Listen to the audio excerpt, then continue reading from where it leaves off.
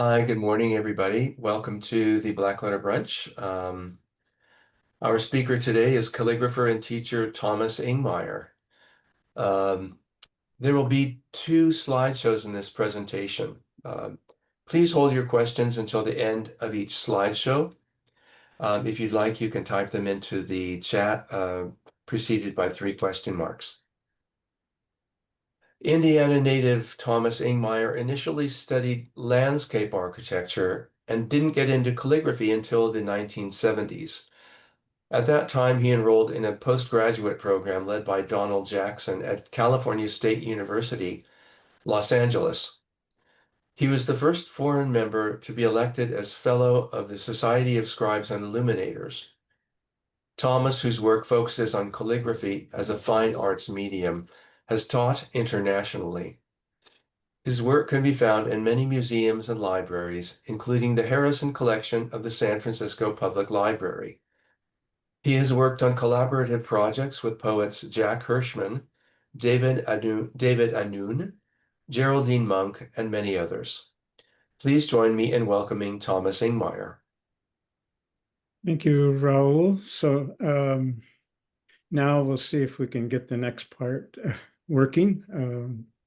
I'm a technology is not my strong suit here. So we're going to try something here. Whoops. Yeah, sorry. I already lost it, so.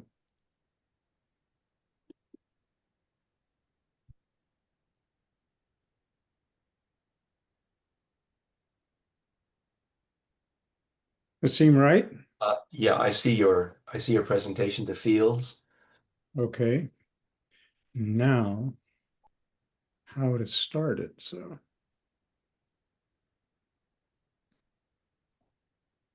Oops, okay. Can you push the forward button on your keypad, Thomas? Yeah. You know, in the lower right-hand corner? Yeah, it's not doing it then, so. Oh. It's Okay. not advancing. Oh, Seems I'm sort of stuck right now.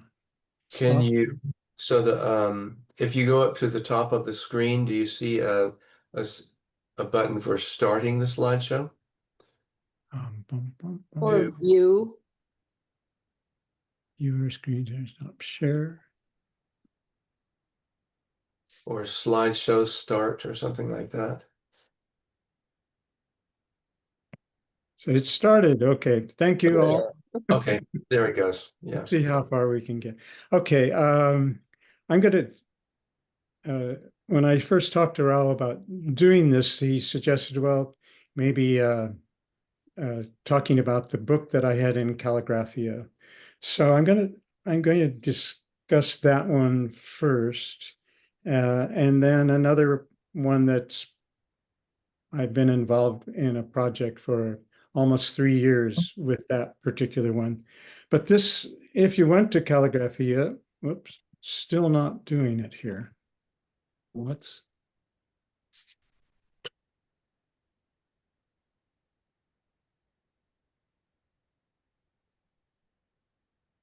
why is this not working?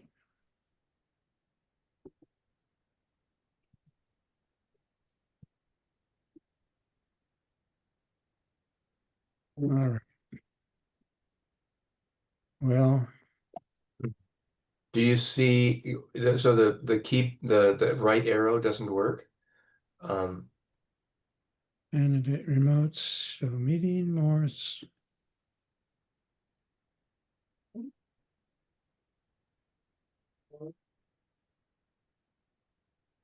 Oh, sorry. I'm not happening. So I wonder if you quit from Keynote and then start it up again. I wonder if that would, well, stop sharing and then stop Keynote and then restart. okay, it started. I don't know why, but anyway, let's just see if we can keep it going.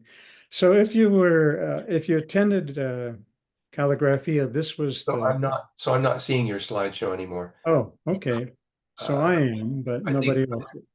Yeah, I think Sorry, Raul, this is just not working, so.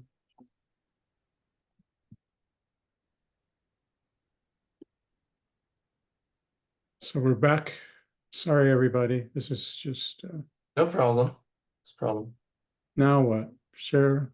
So share screen and then share your, and then select the keynote presentation. Now try it. Now I see your keynote presentation and then Yeah. play. Yeah. All right. Yeah, okay, perfect. Okay. We'll go from there. Sorry, everybody. This would have been the image that you saw. Of course, the problem with seeing books in an exhibition is you can't hold them, you can't turn the pages. And if you only saw this page, it was kind of the exception in the book. So what I want to do is, there are not that many pages in the book. I'm going to present the book as if you were just sitting for the first time and going through it. So I won't really make many comments, but at the end, I'll talk about how I got to what you're seeing. So this would have been the book and the cover.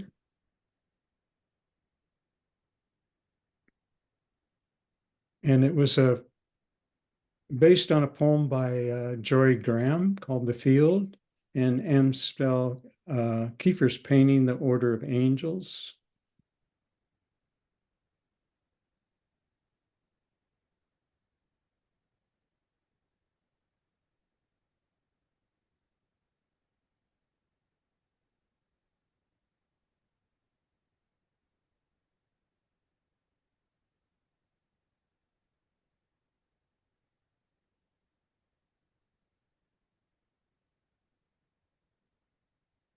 Oops.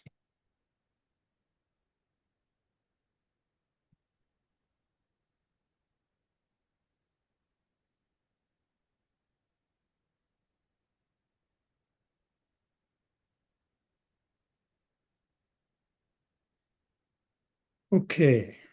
What I'd like to introduce you to first is a poet I work with, Dean Rader. And it was a discussion with him that ultimately led to my working on this book. And during the pandemic, Dean started a blog in his website called Poems That Changed Me. And each week he would talk about a different poem, sometimes read the poem. And he did that for a year. And in the second year, he invited other well-known poets to talk about their poetry. And anyway, he's an amazing person, and these blog sessions were started to be used by teachers all around the country. So I want to show his presentation because it tells more about what I did than I can really say. But it lasts about 10 minutes, but I think it's a worthwhile 10 minutes. So let's see if this next thing works. Okay. Hello, everyone. Welcome back to yet another episode of Poems That Changed Me. I lied last time. This is not actually the final installment for National Women's Month. Excuse me, Thomas. I'm not seeing any video. March, but April has What's fooled that? us yet again. I'm just seeing a black screen. I'm not seeing the video. In March, That's a question. which has given me the opportunity to talk Are you about hearing this poem anything? today. I hear the audio, but I don't see any video. I just see such a long, a black complicated screen. Well, let's I just wanted to be listen really to it smart then. about I it. can't But figure it instead, I had to go with passion and lack of preparation. Just because I'm currently super obsessed with this poem. I've actually sent it out to two very different friends recently. One to my friend Victoria Chang, because I want her to love this poem as much as I do. And two, to my good friend, the calligrapher, Thomas Ingmire. We were talking about ekphrastic work. Anyway, the poem is by the great American poet Jorie Graham, and the poem is called The Field. I'm going to show you a picture of it. This is how it appears in the book in which I first encountered it, which is a rather remarkable book edited by Edward Hirsch, called Transforming Vision. And it's a collection of poems and prose in response to works of art at the Art Institute of Chicago. And I first read this poem when the book came out in 1994. I still remember it. I was living in Austin, Texas. And I read this poem and it completely blew me away. I'm actually not going to read the poem today. One, because it's too long, and two, because I'm not really sure it'd be really helpful. Speaking of being helpful, I want to apologize to all of you teachers and students out there. I learned recently that several teachers are using these videos in their classes. I'm not really sure I can help you with this poem today, at least not on the micro scale. I want to talk about 3 ways this poem changed me, because it definitely did, but they tend to be more macro. Now, the first thing I want to discuss is this notion of ekphrasis. Ekphrasis is one of the oldest literary traditions, and it's just writing about art, basically. Ekphrastic poetry goes back really to Homer, to the Iliad, when he starts discussing, I think, the shield of Achilles. He writes about it, these really beautiful lines. Anyway, this is a great example of an ekphrastic poem. Jorie Graham is writing in response to a painting by the German artist Anselm Kiefer. And one of the things that makes this poem really amazing and super important for me is the way in which she enacts the ekphrasis. She doesn't try to explain the poem. She doesn't try to make the poem more palatable. She doesn't try to analyze the poem, the painting. Rather, what she does is she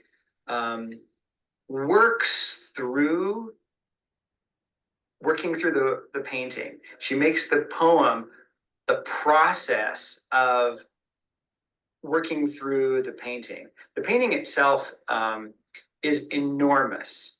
Kiefer's work in the 80s, it was really when he hit his sweet spot. He was very interested in visiting the horrors of Germany's past, and he does these pieces that are absolutely enormous in scale, like 8 to 10 feet tall, 10 to 20 feet wide, that have lead in them and straw and mud and hay, and they're really blur the boundary between painting and sculpture. And this particular piece is translated as usually the Order of Angels, Die Ordnung der Engel in German, the hierarchy of angels, or the order of angels, which reminds me a little bit of Rilke's first elegy. Anyway, what Graham does here is sort of make the reader feel what the viewer might feel or think about as he or she is looking at the piece, which is to say, this is the second thing that really changed me about this poem, is the form of the poem, the way it looks on the page. You'll notice that the painting, I think I do this to point to the painting. There are these pock marks in it, that the terrain is scorched, it's burned, it's empty, it's barren. And yet there are these lines, right, that sort of go through it. In fact, a lot of the action's in the foreground, and it recedes to the background. One of the things that Graham does that's very interesting to me is that she doesn't stretch the poem all the way across the page, which she certainly could do. But if you look closely at the painting, it seems to me as though the movement of the painting is broken. The order of the angels is not harmonious or symmetrical or even unified. It's broken. There are pock marks. It looks like lines aren't really connecting. There's circles, craters. Actually, this painting always makes me think of Circle 8 of Dante's Inferno, in which there are these baptismal fonts that the priests who have been punished for simony are punished in, and they're head first into these baptismal fonts, and their feet are sticking out, kicking, and usually there's flames on top of their feet. That notion of fire as purgation was really interesting and important for Kiefer. And you get the sense that this terrain has been burned. And you can't help but think back to Auschwitz and the machinery. And Graham actually uses that word later in the poem, at work in the horrific act of extermination. And so this field that we're in visually in the painting, we find ourselves in the poem. We are in this kind of field of language, these fields of lines.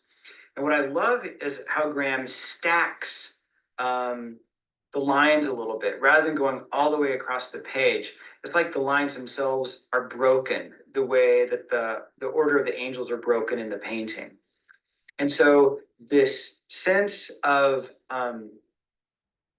scale and scope that the painting evokes is replicated in the poem, but also so too is the degree that this is a landscape that has been scorched, that's been torsed, that's been punctuated and pockmarked. And in fact, the little circles, the craters, to me, they get replicated in her obsession with the colon. Let's look at the first stanza. I'm gonna read through this. I love this so much. Before there is this field. All right, so before us, or before us in terms of temporality.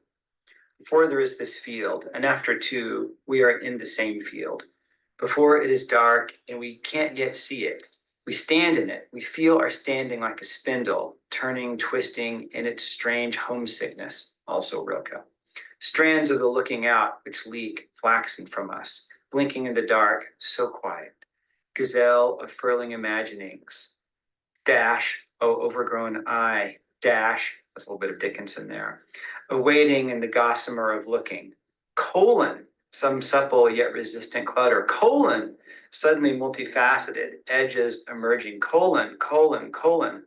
So the circles, those colons, I think are sort of colonized in these circles in the painting, so that the form, the linearity of the painting's horizontalness gets replicated in the poem, not only the horizontalness of the lines, but the verticality, I think, of how she stacks the words on top of each other, like in section 2.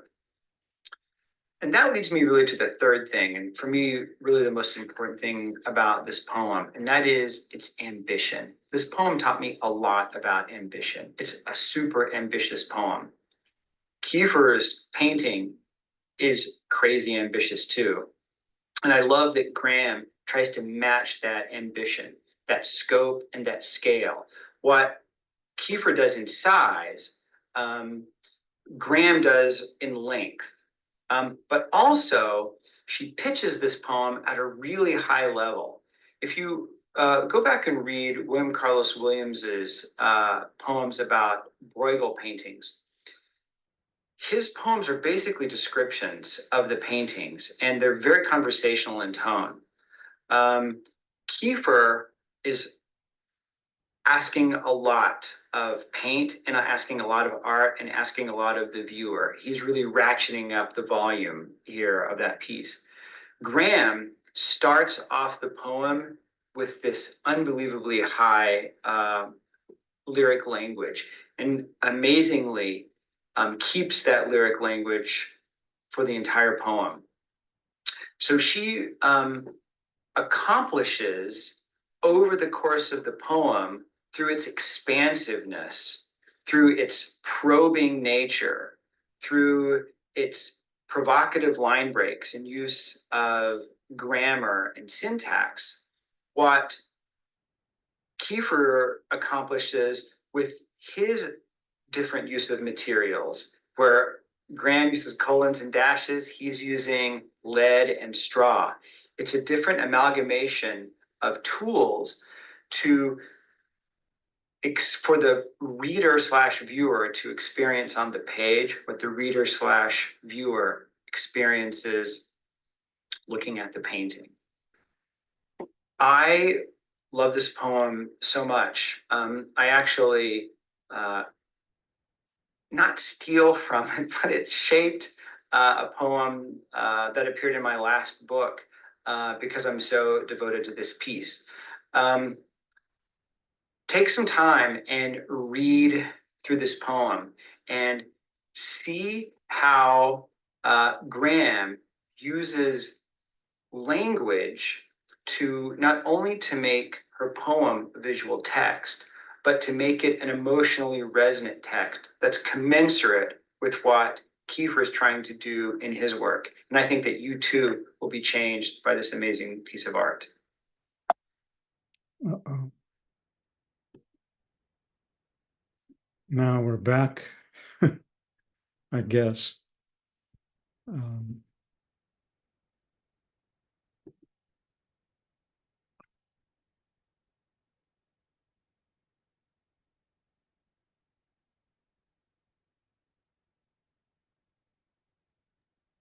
You want to share your screen again, Thomas? You're not sharing anymore. Oh, I'm sorry. I really am. This didn't work. Oh. I don't even know where to go. Yeah, on the bottom of the screen, there's a share icon. If you position your cursor at the bottom of the Zoom screen. Yeah, except I'm not on the Zoom screen, so. Oh, okay. Yeah, go into the Zoom, click on the Zoom icon or the Zoom session, and then position the cursor at the bottom of the screen and click on share. There you go. We're back. Now I'm seeing, yeah, right. I'm seeing the image of the painting. Yep. Okay. Okay, that's your slideshow. Okay, there you go. All right. So sorry about the technology.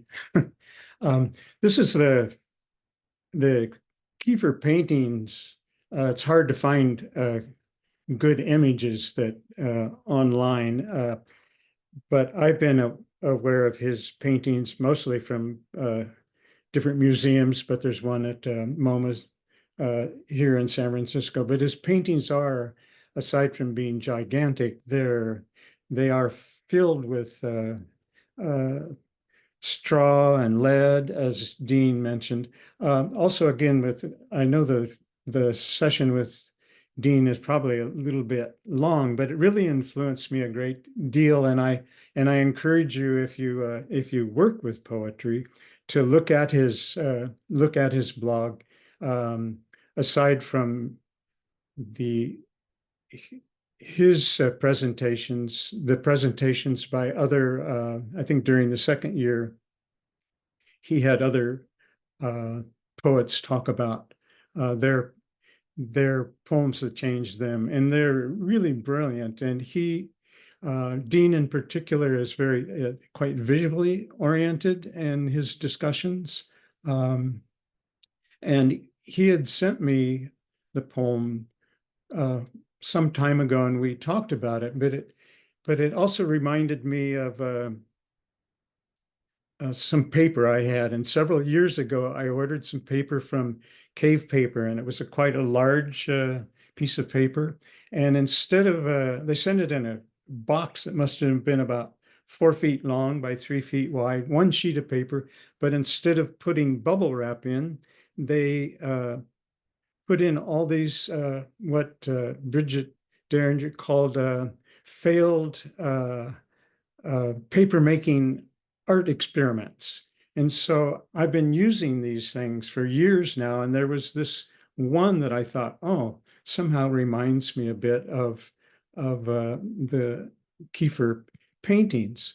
So with this particular poem, and it's the way I start most of my work, is I'm looking for somehow, I won't say an alphabet, but a writing that captures some characteristic of the poem. My tendency is to avoid traditional alphabets because I feel like they bring a history that's hard to, it's sort of hard to deny. So I look for things that um, probably might be close, but in this case, I was looking at uh, something that would be black and angular and kind of rough and raw. And I look at this as one of the first pages I did, and in the end, I didn't really use it, but when I think back, maybe this would have been the best after all. Um, I tried also seeing what a double page spread would look like with that, and these kind of things I actually do um, on the computer. I'll scan things and sort of play with them to get some idea. Um, and somehow this is one of the first ones. I'm not quite sure why. Now what? Uh, so something stopped here. I see I see uh, the square photo of I know, letters. but I'm not able to forward it. Oh, God. the Oh, man. the arrow doesn't work. Arrow key. Oh. No, Um, this is ridiculous. maybe click on the keynote presentation and then I hit can't, the. I can't get out of anything. So I'm like a frozen screen. So I see your cursor moving around. yeah, So it is, but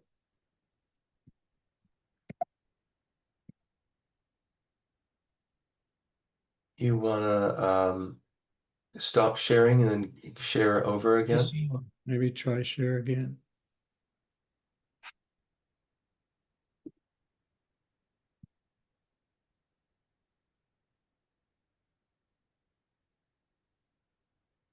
Okay. Stop sharing it. Start. Can everybody see that, or we're not seeing it? I'm seeing your face now, so you're Oh, not sharing okay. anymore. Well, I'm seeing my screen. So So go into the Zoom meeting and then click on share on the bottom of the screen.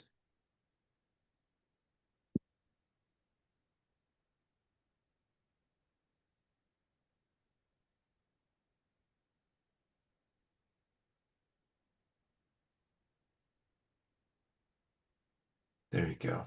There you go. I'm seeing your your keynote presentation. Yeah. Okay.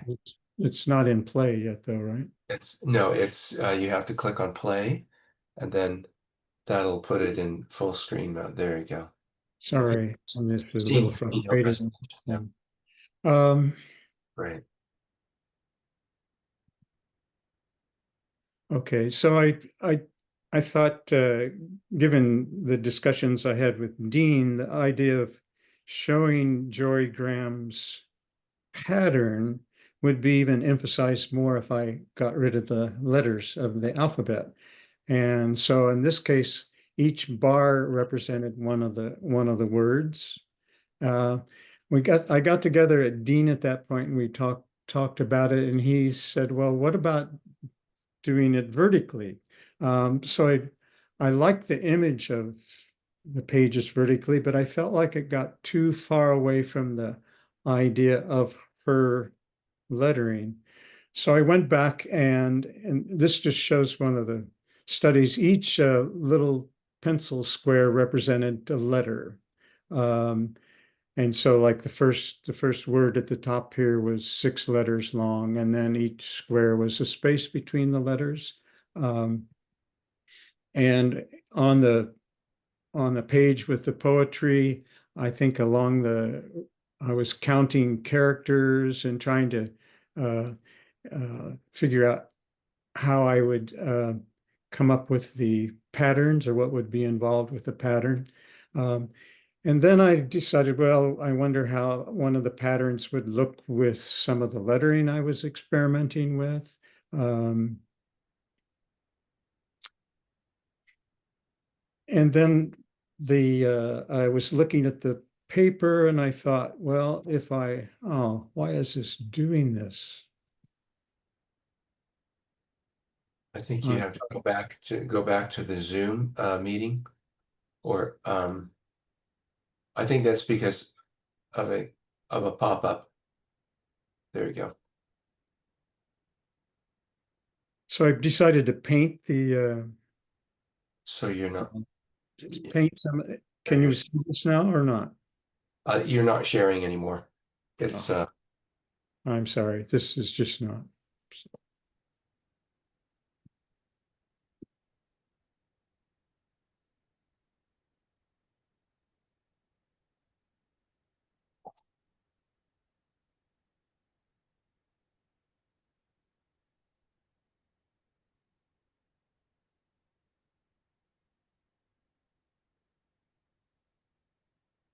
there you go. I can see your presentation.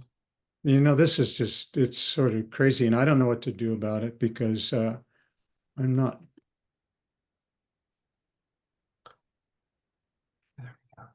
Now I'm seeing the full screen.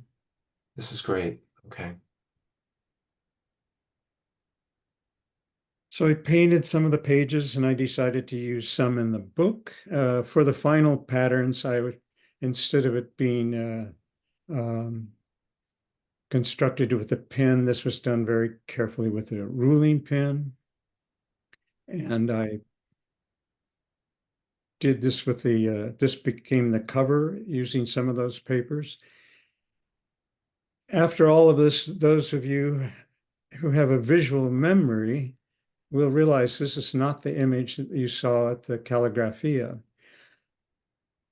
At this point, I was actually done with the book. I sewed it up and I photographed the images and I sent them to a couple of friends. And one friend who knew the Kiefer painting well, he said, and I think he was thinking of this as an illustration of the Kiefer painting, and I didn't really intend it to be that.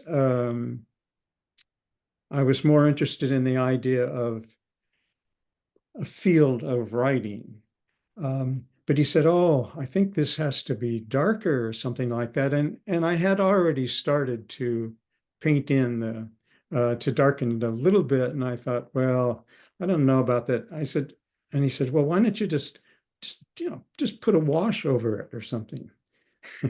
So and this is after the book is already bound, I got out a little atomizer, one of those things that you blow ink through, and I sprayed the whole thing black. And my partner, Akiho, who never expresses an opinion about my work, she said she sees it one day and she says, "What did you do?" So I spent the next 2 weeks, literally after the book is bound, trying to bring that thing back to life. So this is a detail, but essentially I was going in and painting all the black in between the counters and bringing up the silver that were the squares that represented the colon. And eventually, this is the one that that ended up in the final book. A few comments on some of the other pages then. This page, for example, if I look at the before there is this field, the page that faces it is the marks on the top are before there is this field. Rather than writing the entire poem, I tried to pick out lines that sort of tell the story of the poem, not the whole poem itself. So before there is this field, it is dark and we can speak, yet we can't speak, yet see it. We stand in it. Suddenly multifaceted edges emerging, the sides fetched up, and so on. So it tells a story, but the pattern of the poem is what my interested in. Dean's expression of the colons I made as these silver squares. So throughout the the pattern, and throughout the poem, you would see the squares. So again, in this, if we were to match it with her page, the whole poem would show up. But in this case, it's just trying to show enough of the text to give a sense of what the poem is about.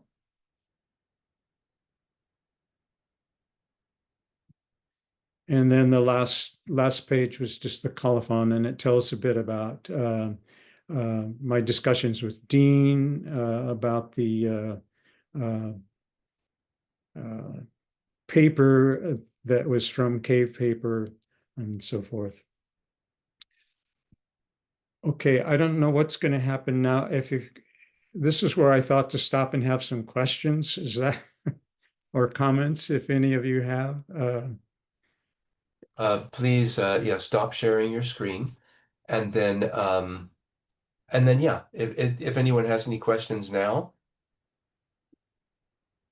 Okay, about this, about the first, about the right. first piece, the fields.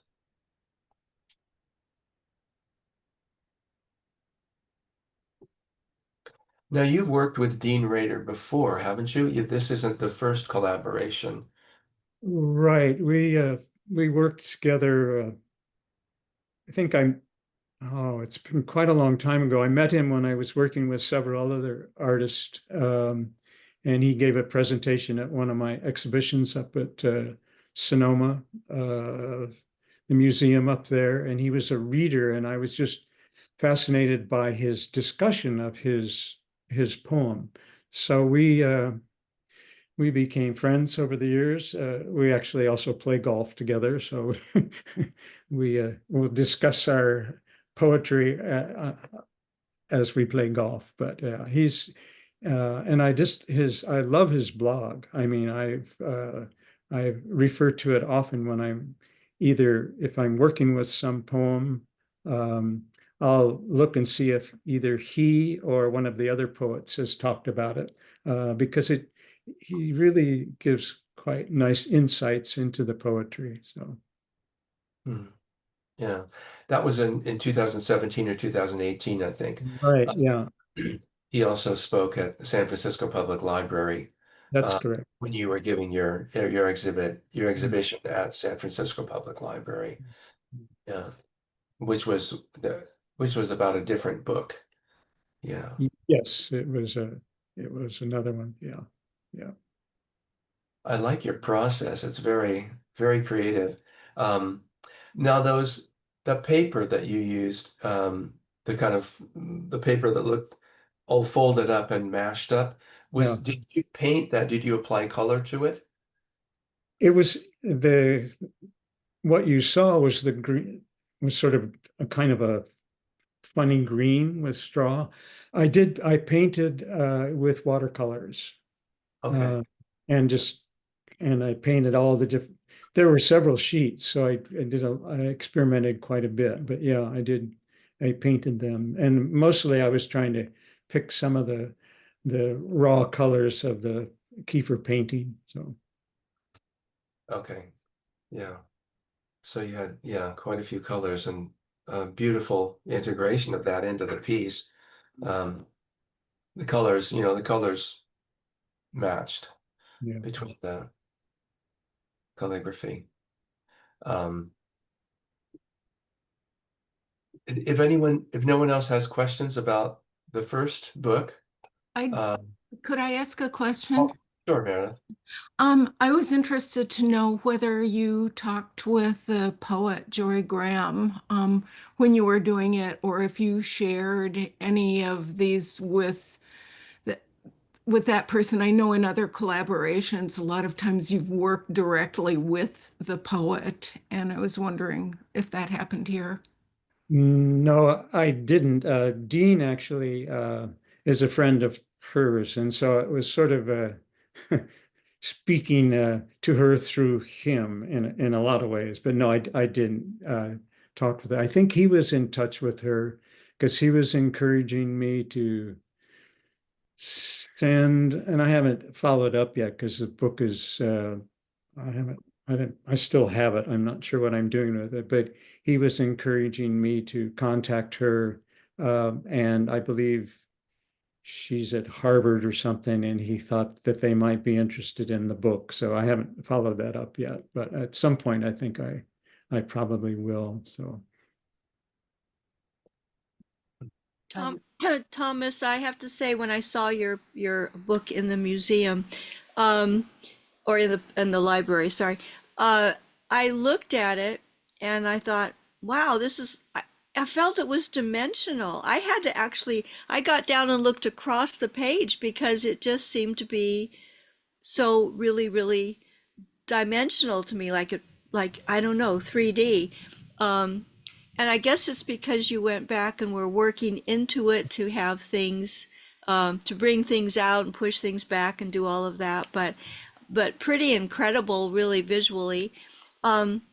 So you were working on top of the black that made it too dark and pulling things out. Were you at that point then using more opaque things, more gouaches and things, so that you could write on top of what was there? It was just really incredible to see. I think I was trying all different kinds of blacks. So some of them were shiny stick ink, some were gouache, some were acrylic. And yeah, I was kind of looking for anything that was darker than what's there, so I could bring up uh, bring it up a little bit. And plus the silver squares brought light into it. So yeah, but I spent, I think, every day for 2 weeks. I couldn't believe that I sprayed it black. So I just say it was just really, I think that was a happy thing. And I can't imagine your 2 weeks of torment also, almost, that you were, trying to save it or trying to, increase, but I have to say, for me, and I don't know if anybody else had the same response, but it seemed like a cityscape. It seemed like all of these little houses and pieces and things, and it just popped. It just came. I don't know. happy accident, we'll call it that. So Thank you, Thomas.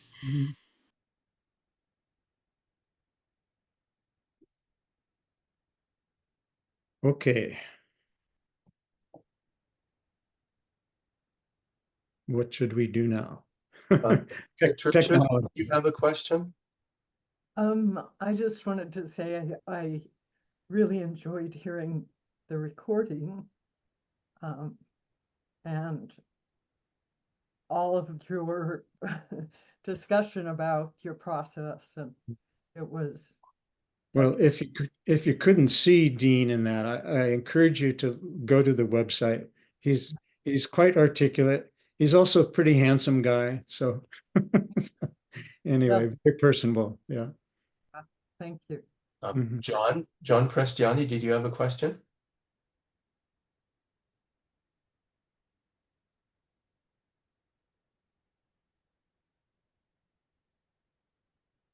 John, I think you're muted. Sorry about that. Thomas, at one point you said that you had rejected traditional alphabets. Could you talk a little bit more about that? I think particularly when I'm working with, well, mostly I work with poetry now, but I think rather than starting out with a traditional alphabet, I look more for the characteristics of a writing that I want, whether it's something that's dark or angular, or that sort of moves slowly or moves quickly. And obviously, some of the things that I end up with certainly connect with a traditional alphabet. For example, this one, in some ways, using a black letter alphabet probably would have been appropriate. On the other hand, I didn't want to bring that history to it. So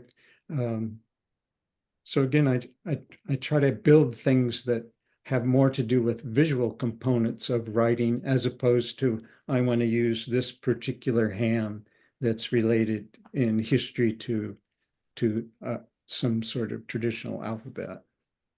I don't know if that's quite explains it, but that's kind of how I start all the projects. And if it ends up if something ends up looking too much like a traditional alphabet, a lot of times I'll try to figure out a way to change it so that it's not. Thank you. Mhm. And it, could I say something, Raul? Sure. Hi, Suzanne. Suzanne? Hi. I have the same feeling, Thomas, and it's based on my relationship with a close poet friend years ago in Massachusetts who designed and cut punches for a font to convey his poetic voice. Mhm.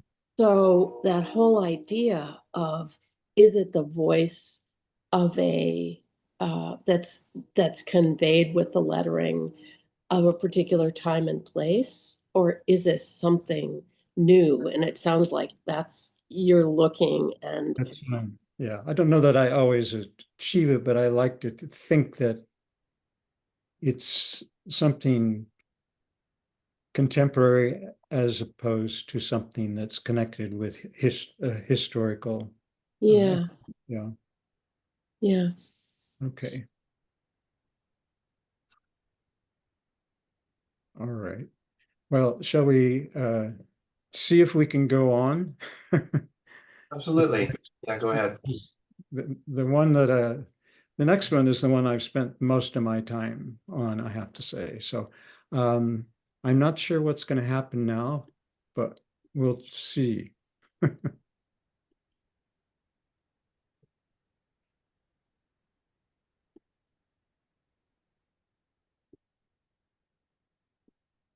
Maybe by the end I'll have this figured out, but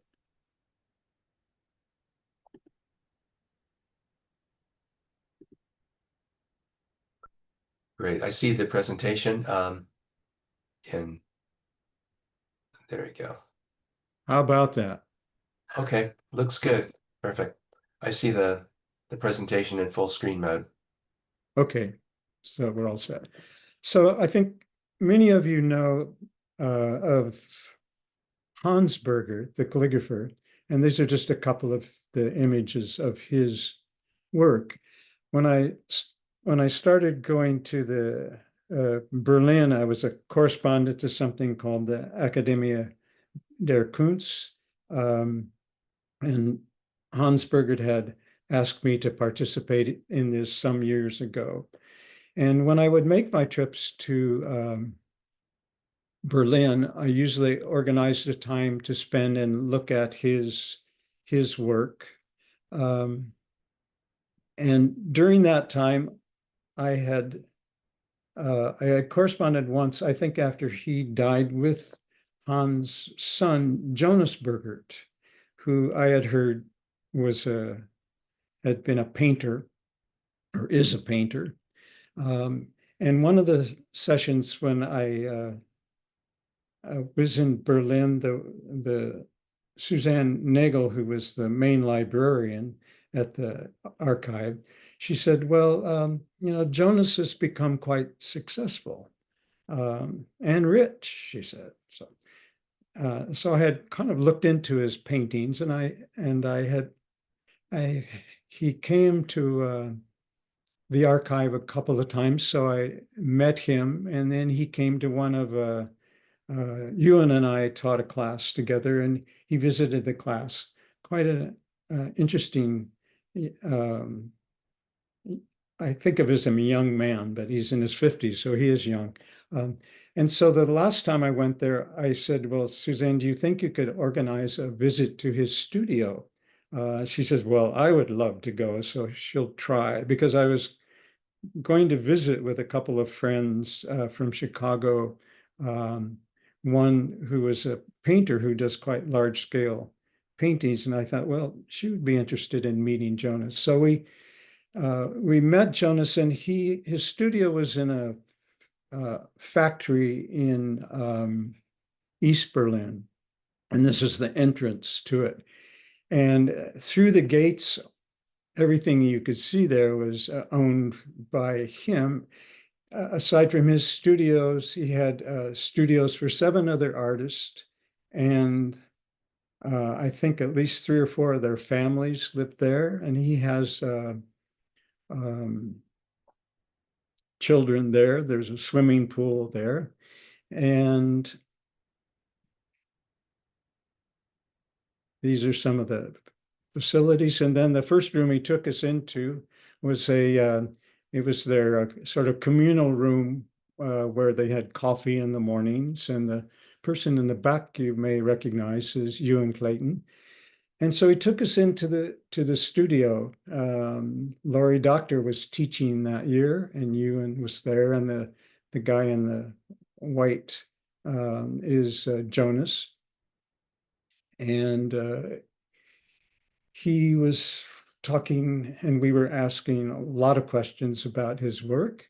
And the scale of his paintings absolutely are just amazing. And I asked him, I said, ask him if he did all the painting, thinking of the early masters who painted at this scale oftentimes had all kinds of people painting them.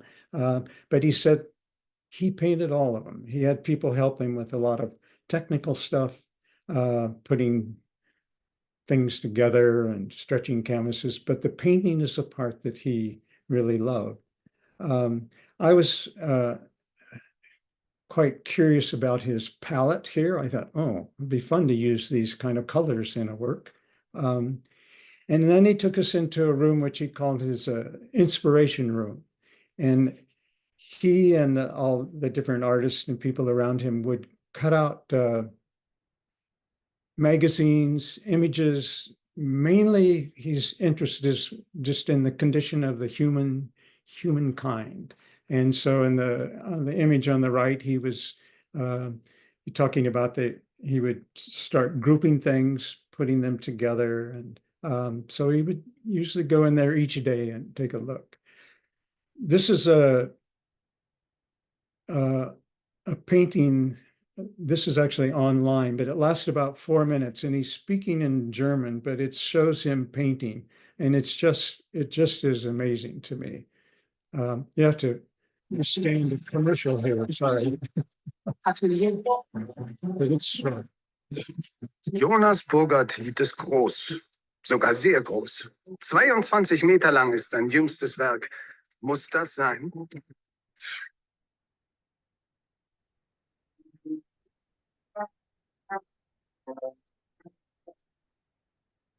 Herein.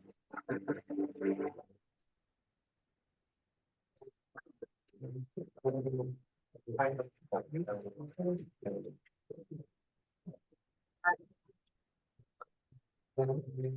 habe oft große Bilder gemacht, aber noch nie so ein großes Bild. Also es ist ein alter Traum, mal so ein Riesending zu machen, wo man wirklich an dem Bild lang läuft, richtig. Ja?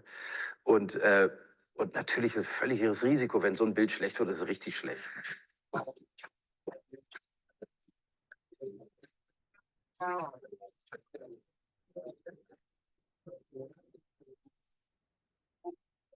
Naja, im Prinzip weiß ich, was ich will. Ich habe sozusagen eine atmosphärische Vorstellung von dem, was ich will. Hier sieht man jetzt zum Beispiel, das soll so eine Art Waldsituation werden. Das ist jetzt natürlich noch sehr... aber gut, so fange ich halt an, das ist alles sehr schnell und grob und sehr flüssig gemalt, dass ich sozusagen als allererstes die Idee von Dunkelheit, Wärme und Bewegung reinhole in das Ding. Und nachher werden sich sozusagen aus diesem ganzen Matschmodder hier, werden sich diese Bäume sozusagen kalt rausschälen. So ist meine Idee. Aber nachher wird es nie genau so, wie man sich das vorgestellt hat. Ich habe, glaube ich, noch nie ein Bild gemalt, was so aussah, wie ich dachte, dass es aussieht. Ich kann jetzt auch sagen, nee, ist alles nichts. Ja? Ich gehe wieder rein und mache was ganz anderes draus. Also, ja, so, keine Ahnung. So. Und dann das Problem ist einfach immer, dass man denkt, man muss sich sozusagen an das halten, was man selber gemalt hat, weil man dann denkt, jetzt ist gut oder sowas. Aber die Frage ist immer, was sozusagen die Emotion in dem Moment will. Den Aufwand der letzten halben Stunde, den darf ich nicht ernst nehmen. Ne? Das ist was anderes. Jetzt geht es um was anderes. Ich habe ein sehr großes Archiv von Bildern, von überall irgendwas, was ich, können wir mal hingehen, mal angucken, was ich nutze, aber nicht direkt für die Bilder.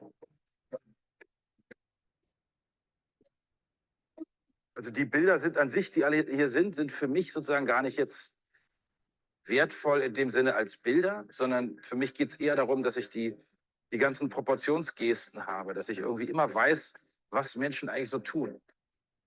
Gesten, an Haltungen, an Proportionen, an Farben, an Kompositionssachen. Es geht eben eher darum, das Gehirn zu öffnen. Also ich gehe eigentlich hier immer einmal am Tag rein und öffne mein Gehirn.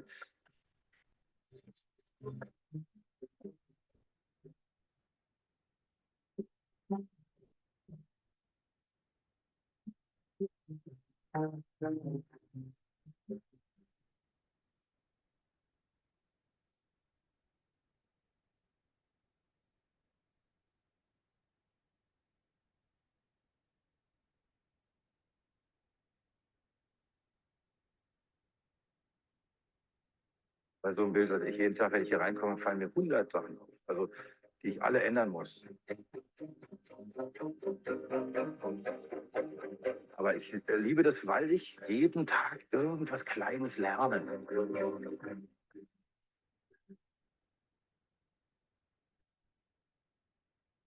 Ich male eigentlich immer mit Ölfarbe, weil irgendwie ist Ölfarbe hat eine große Tiefe, steht nicht nur so auf der Oberfläche, wie es bei Acryl der Fall ist. Und sie ist sehr flexibel im Malprozess, weil sie eben langsamer trocknet. Und dadurch hat man eine flexible Illusionsmasse.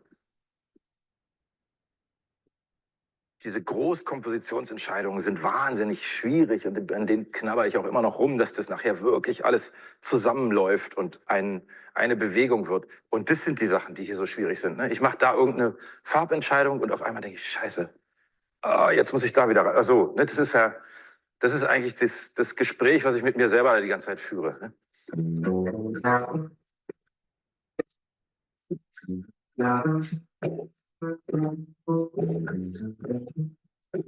Es ist schwer zu sagen, wann so ein Bild fertig ist. Ganz schwer.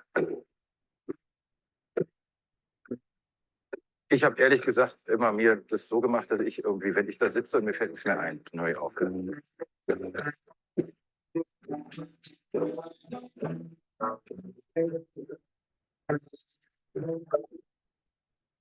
Okay.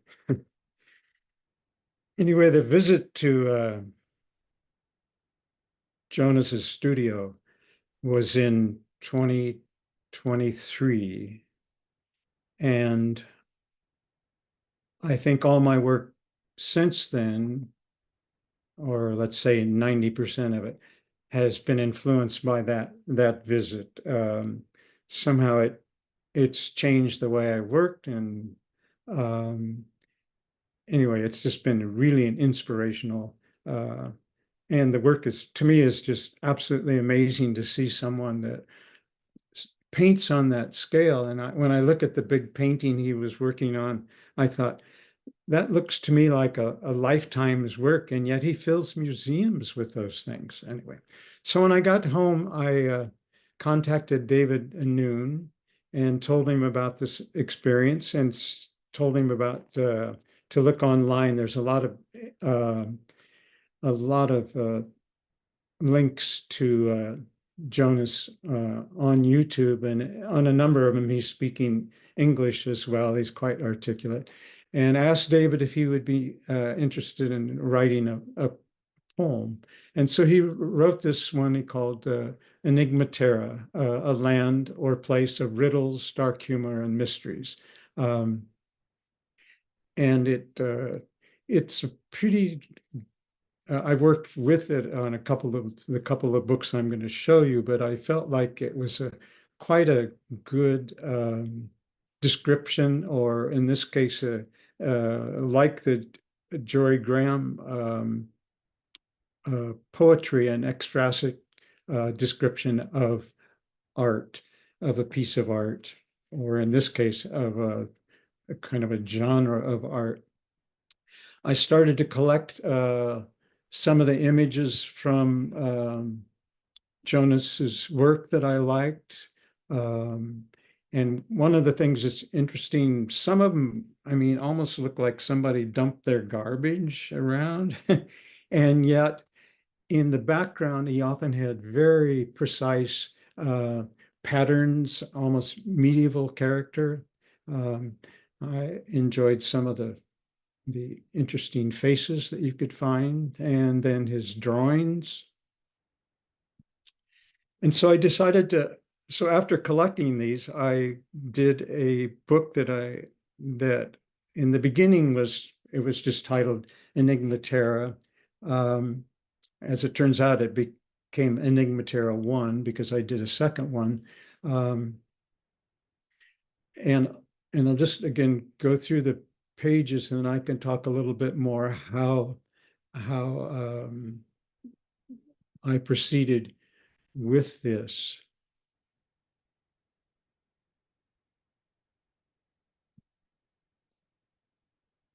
And the thing that I did in this book that I hadn't really done before is actually started drawing a bit.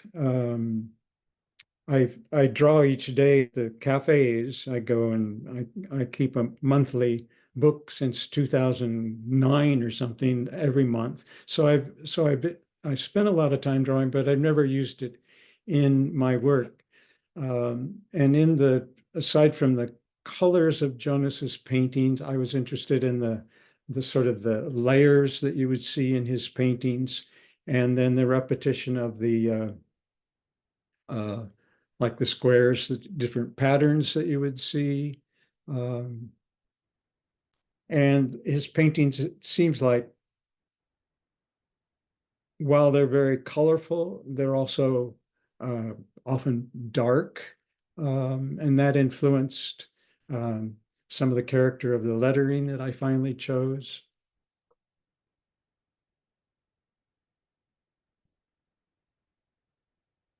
And then these books also, aside from painting, I did a bit of collage material in the books as well. As far as the poetry, I was mostly repeating different phrases or words. And I realized I got to the end and I hadn't actually written the poem. So I wrote the poem on the last page coming out of this character's mouth. And then not really a colophon, but the afterword, I talk about my relationship with Hans Burgert and then Jonas Burgert, and then the writing of the poem by David. In preparation for that particular book, I did a lot of studies and sketches, and I had a bound up book like the one on the left here that I think I started in 2017 or 18. When I would go to Berlin, I would take that book and I would organize a visit to look at Hans Burgert's original work. And so I took a lot of notes in that book. And then I also usually when I was on that visit, I was teaching, so I used this notebook for some of my class studies and so forth. And so these are some of the pencil studies where I'm copying Hans' images and writing down the size of them, so forth. And then in preparation again for this Enigmaterra I, I was trying to draw some things and see if I could actually do some of these recreations of Jonas's work in that first book. So these were all a part of a sketchbook, not the final book. And this was in that sketchbook as well, the sort of studies for the lettering. And at some point I thought, wow, I almost have another book here. And the other thing that I also had was another piece of that uh, uh, paper that was part of the cave paper packing material. And I thought, well, this could be a nice cover for the book. So I took that sketchbook, I took it apart. This ended up being the cover for it. But I took it apart and I added some extra pages, and I decided, okay, I'm just going to treat this as a serious book. And I don't know, all I see is people on this one. So these were some of the blank pages, and I added some of the drawings of the things I had collected from that. And this page on the right then was originally the first page of the sketchbook for Hans Burgert's work. So it was a white page, and it had Burgert on it. It was for Hans Burgert, and it had some of the background stuff that had to do with the classes and so forth. So I painted it orange and added the collage material, and then the title.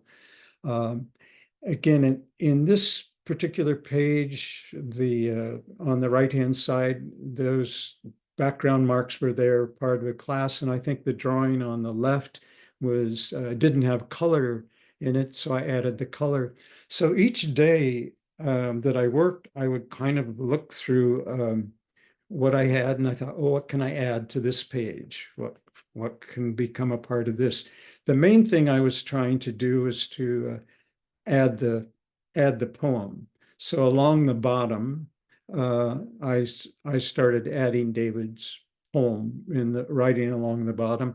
Otherwise, I was kind of going back in and either adding color to some of my sketches, or adding the pattern, like the blue and the yellow pattern on the left.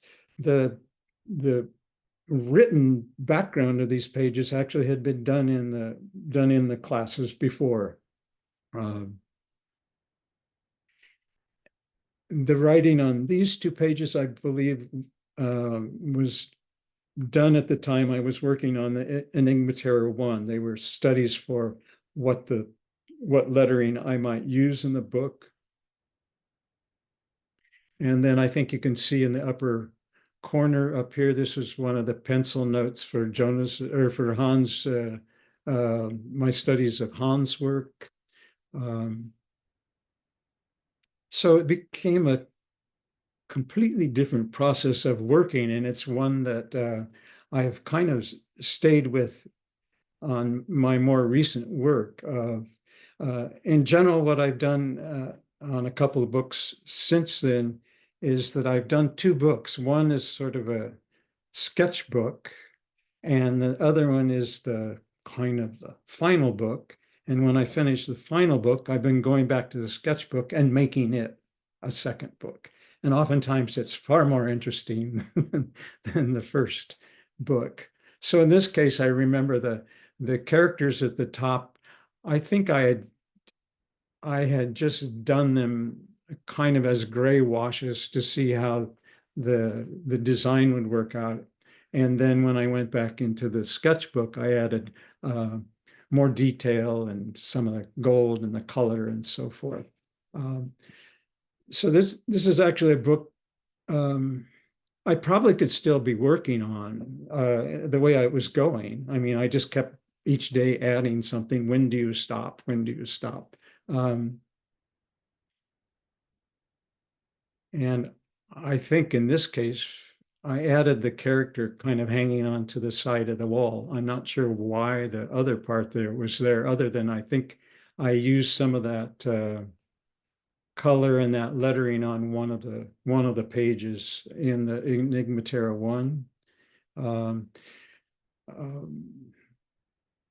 I. I think this book other than this double page, the only thing I added was the poem at the bottom. Everything else was already part of that sketchbook. I liked one of the things that Jonas did in his work is he did oftentimes these elaborate headdresses for his characters. So to make one out of lettering was gave me a chance to use some of the bright colors. I think on this spread, other than adding the poetry, 2 lines of poetry on the left page, I think I drew in the character, the monkey. And in this one, I think I mainly added the color in the squares and a little bit more of the lettering on the right. Anyway. So as I say, it just kept going. And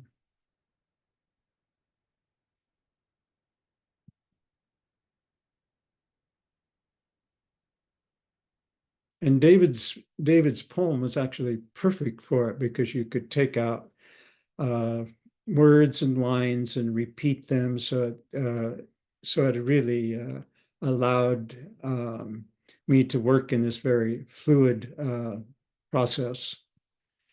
I got to the end and I realized I hadn't really used that many of the day glow colors. So this was my kind of my final page. Also, I wanted to somehow try to find a way of showing the scale of Jonas's paintings. And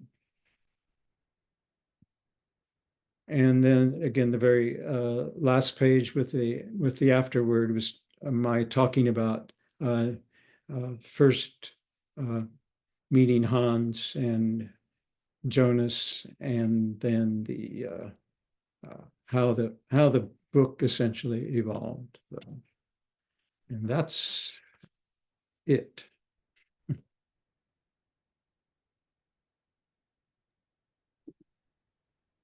You produced a beautiful book from the initial sketches that you were doing for Enigmaterra. I love both of them, but the creativity and the way you incorporated your initial sketches and added color is great.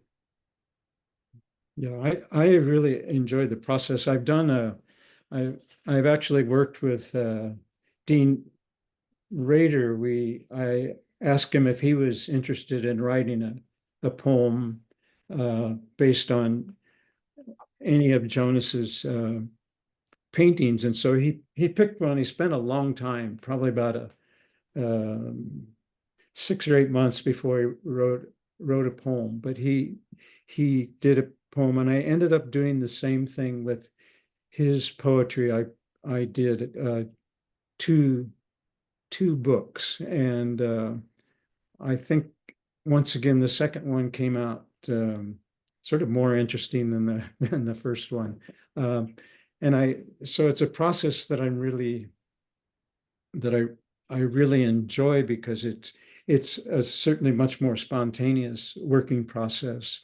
The first books always tend to be a bit more planned, where the second ones are kind of evolved from the sketches that I've done. So. See. Yeah. And a lot of your work is collaborative. Yeah, that seems to be the biggest inspiration for you. That's how you get most of your inspiration from. Lately, it certainly for several years it has been. I think I've been fortunate to know David and Noon in particular. I know if I had an idea today and I wrote to David and ask him if he would be interested in doing something, my guess is I would get a response tomorrow and probably the next day a poem. So he's been amazing that way. Dean also, they have much different working processes. Dean takes a long time and is very thoughtful and really goes. But between the two of them, especially since my work seems to be taking so long these days. I'm still always have plenty to do. So.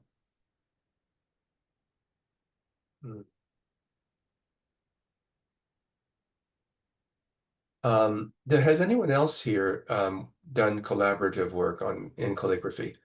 I'd be interested in knowing. I know that a lot of people do calligraph poetry, but how many of you have actually worked with other people or the poets themselves? Maybe Margaret has. I was just going to say, yes, I have. And it Margaret's was with, worked with David, I believe, right? I have, yes, on a couple of occasions. And as you say, his responses are incredibly quick. You know, it almost takes you by surprise. You just give him a little prompt and back it comes, and it's just sets you off. I must I always worry that I speak to should him again. I always worry that I should try to respond as quickly as he does, but fortunately, he has a lot of patience because sometimes he's given me things that I don't get to for 2 years, but that's okay. Well, you can't rush into these things. You have to think carefully about how to treat them, don't you?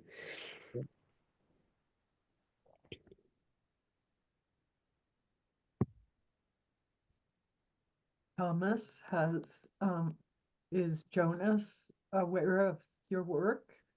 Oh, I know someone that's going to ask that. I sent the images from both books to the woman at the library, Suzanne, because she's been the main connection with Jonas, and she's also, and it's understandably so, very protective of his time. So when we organized the visit to him, I mean, we were on the clock, and it was mostly her. And so I've heard through her a response, but I haven't heard from him directly. And when I see his work, I kind of understand he might not have a lot of time.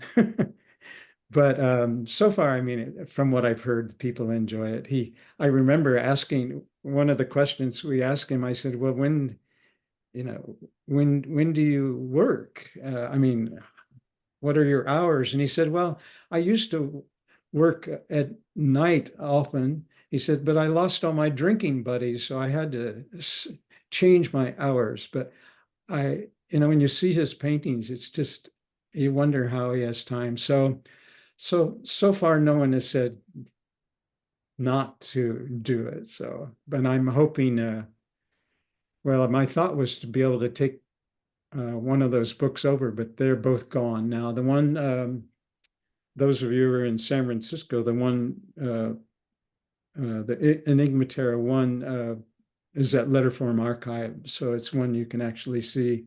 And the other one was bought by a private collector. So, yeah. Well, they went fast.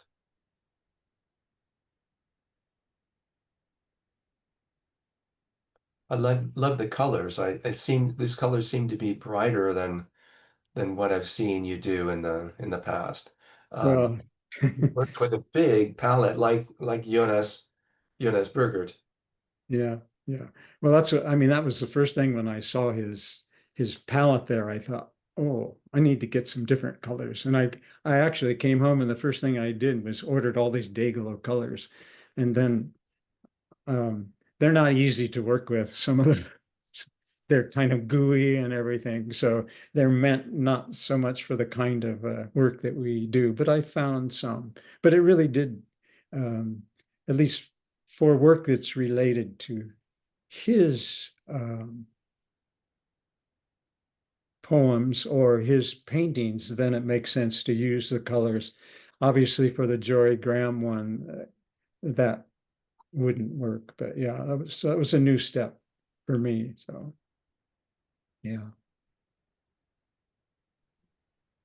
I'm curious, when you make a planned book and then a kind of another book from the sketches and the notes, in the end, which one do you find yourself liking more? I have to say the second book. Part of it is because it's sort of, to me, it's revealing more about the process and the act of creation or the creating. It's not so precise, it's not so perfect.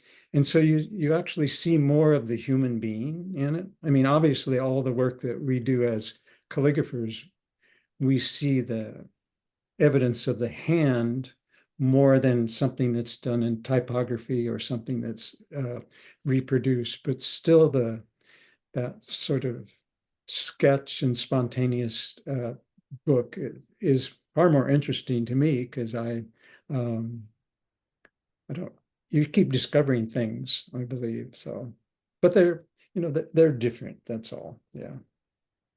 And your collectors, do they, which way do they tend to go? Well, it does.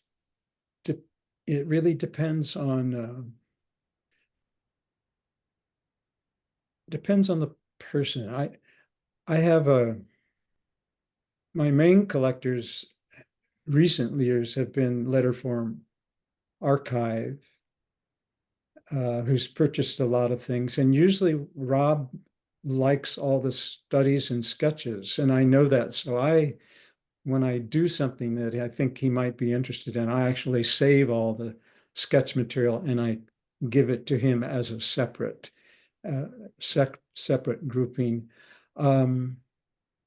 There's been other places where I've offered that material and they're not interested, so it's a little hard. And the man who bought the Enigmaterra II was quite fascinated with that, all the sketches and the studies, and he actually asked me to write some handwritten notes even in the back of the book after that. So which was interesting. So it depends a lot on the person. Yeah, I think.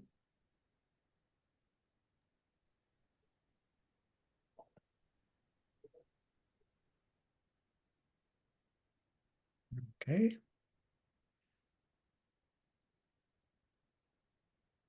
A lot of people are getting ready for your class at Cheerio. Among Dorothy Yuki is one of them. No, that's over with. I missed it because You I missed it. and Yeah. so I was getting ready for it and I had to cancel it because my grandson was graduating from university and I had to go to that instead. And I'm so sorry. But anyway, I really wanted to study with Thomas. I was there.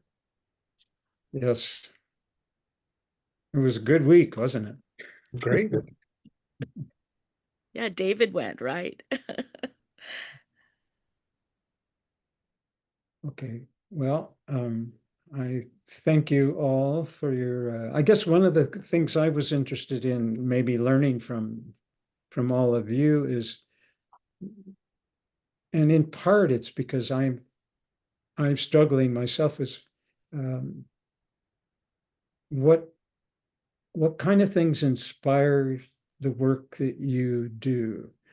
I've sort of been lucky in a way, especially now that I seem to be working more slowly, that things kind of have sort of, I always think they kind of fall in my lap and I don't have to be concerned about it. But at the same time, there are moments when I think, where's the next idea going to come from? So I'm sort of curious how people deal with that, because I'm sure everybody on some level struggles with the idea what inspires or what's going to inspire my next work. So if you have anybody has any thoughts, I'm really curious. So I think the answer to that is you don't deal with it necessarily too well. Sometimes, as you say, ideas just fall into your lap. At other times, they just don't appear at all, no matter how hard you try. And in fact, it's almost, if you try too hard, they're just not going to come. Yeah. They elude, well, they elude me. I don't know about anybody else.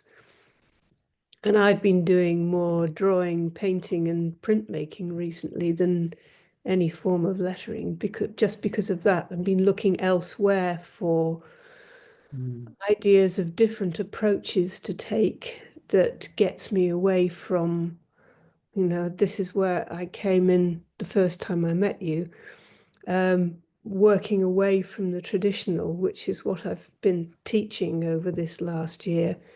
And I've now finished the teaching, so I'm looking for ideas to keep me occupied for next year. Yeah. So all contributions welcome, please. That's why I said I must get in touch with David and see what we might do together. He might kickstart me once again. Personally, I get a lot of, go ahead. No, I was just going to ask Thomas if David ever actually sent you a visual of the piece that we did most recently between us, which was for Ewan McGregor, or in memory of him. Because if he didn't, I think I ought to send you one, because that really... Did you see it? No, I haven't. So please send it. Yes. Right, I will.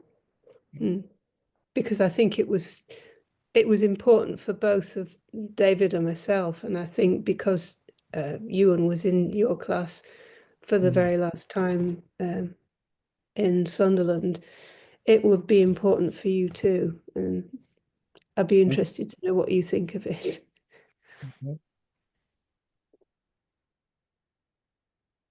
So I was just going to say, I find a lot of inspiration from like completely other communities. That's partly because of my background, but I'm connected with the math art community and also just math and science community in general. So it's almost an infinite source of inspiration. I could take the next couple thousand years to go through some of that stuff. So yeah, I think other communities that are doing something else are a huge source of inspiration. And then you just interpret that in calligraphy and art. Yeah. I think that makes a lot of sense. I think, yeah. I'm finding more, aside from Jonas, working with some other artists has kind of pushed in different directions, and then trying to find, usually my next step then is finding a poet or somebody who can respond to their work. So that's been a quite good resource as well for me. Yeah. Hey, Suzanne Moore, come on. I want to hear something from you.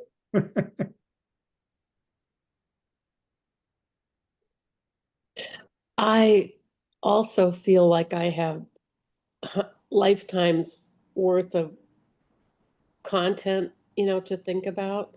My interest is often in taking things that people think they know, because they're classic and sometimes ancient, and giving them a contemporary voice. And I guess my favorite responses have been, where is this text from? And it's from Emerson, dead white guy. And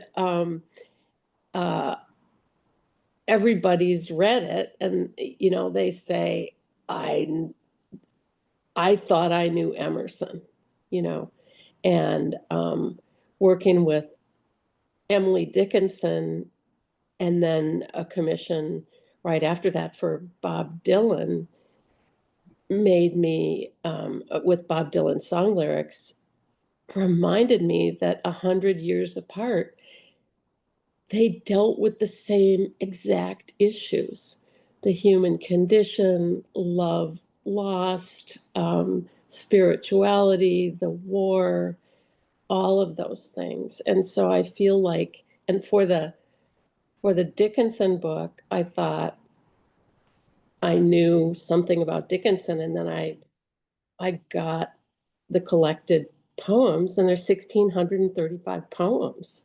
Well, that's a resource that will never end. No. And in some ways, been there, done that, but so many people don't know anything about her third and fourth dimension, and I think it's just extraordinary, along with the way that she uses language. So I so admire that and a little bit envious of you working with living poets and, working with experiences that are immediate like this. It's just amazing to see, as always. But yeah, Thank you. and big issues, my current book started to be a book about printmaking and the letter Q, so that I could play with all the printmaking techniques that I'd experimented with. And then when QAnon happened, it became an antidote to QAnon. It became a political statement. So sometimes I can't possibly plan what was born 20 years ago, and now it's finally become this edition book. So yeah, I think reacting to things that I read and experience, like you, in a different way. But yeah. You're-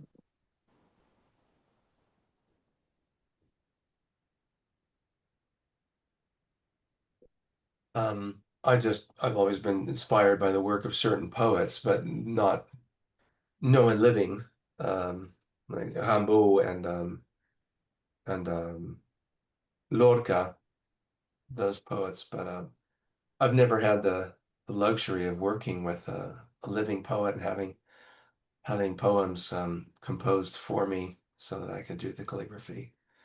But You'd probably be surprised at how many are actually might be interested in doing it, though. Mhm. Yeah.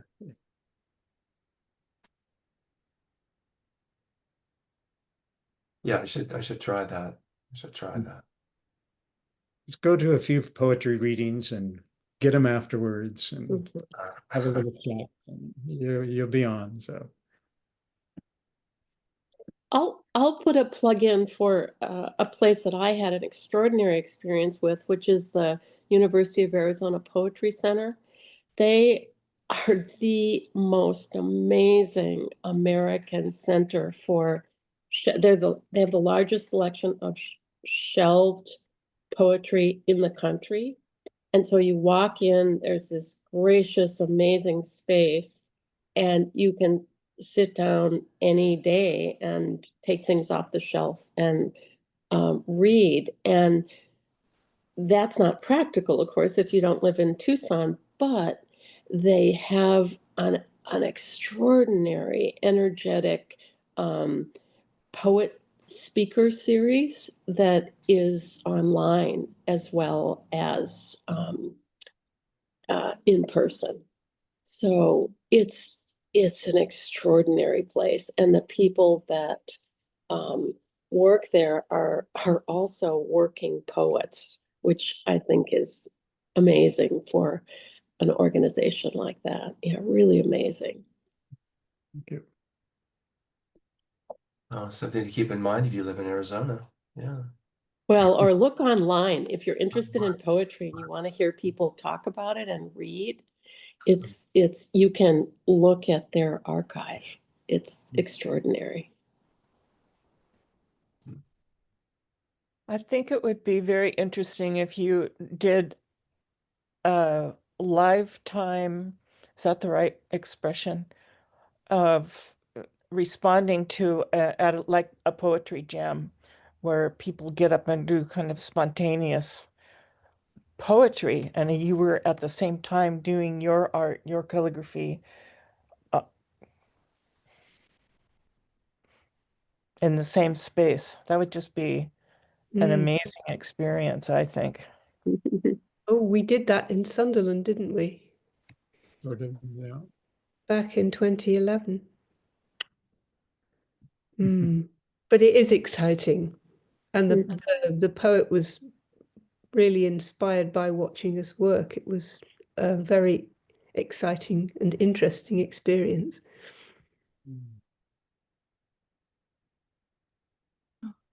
Is that the right link? I just looked up the University of Arizona. Yeah, it would just say Poetry Center, Raoul. I'm sorry, I can't find, I'm on my phone and I can't find that, the chat. Yeah, I put it in the chat. It's yeah, that's it. It's in Tucson, on Helen Street, Yes. Tucson. I just tried it. It goes to the right place. Yeah. Thanks, Suzanne. Yeah. I was going to say, you know, something that I find really inspiring are all the translations that Kaz has done of various Japanese poets and writers of Dogen, and he has a new one by someone I had not known of. It's called Blossom Awakening, The Life and Poetry of Wandering Monk Saigyo.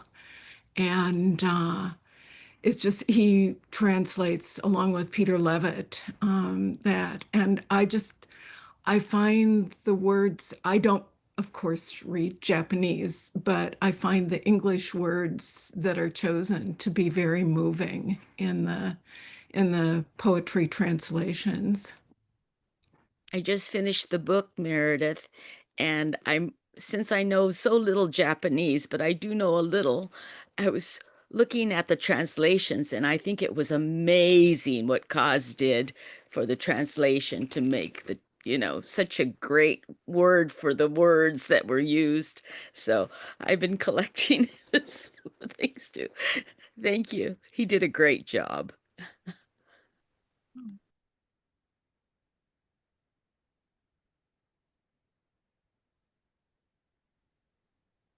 Okay. Well, thank you very much. Thank you so much, Thomas, for your presentation, and for sharing the field and Enigmaterra with us. I'd love to go to Letterform Archive and see Enigmaterra I. It's another reason to go to Letterform Archive. The next Blackletter Brunch will be on Sunday, November 23rd. Calligrapher Louise Grunewald will share photos of her work with us. So until then, keep on blacklettering. Thank you. Thank you, Raoul. Thanks, Raoul. Thanks, Thomas. You're welcome. And thanks for putting up with my technological failure. Hey, That's to all of us. Anyway. Yeah, we've all been there sometime. Yeah. Okay. And it was Nice so worth it. to see you all. So Yeah. thank you. Thank you. Bye. See you soon. Hey. Thank you Bye-bye. so much. Thank you. Thank you. Bye. Thank you, everybody.